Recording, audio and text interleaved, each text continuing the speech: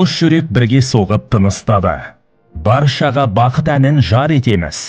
Достарды, жора жолдас туыстарды махаббат думанына шақырамыз.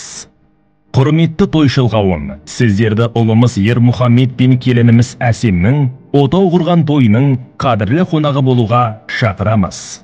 Той үстіміздегі жылдың тамыз айының 21 жұлдызында Балқаш қаласында Шұбырт балалар шаңырағында күндізгі сағат 12:00-де өтеді.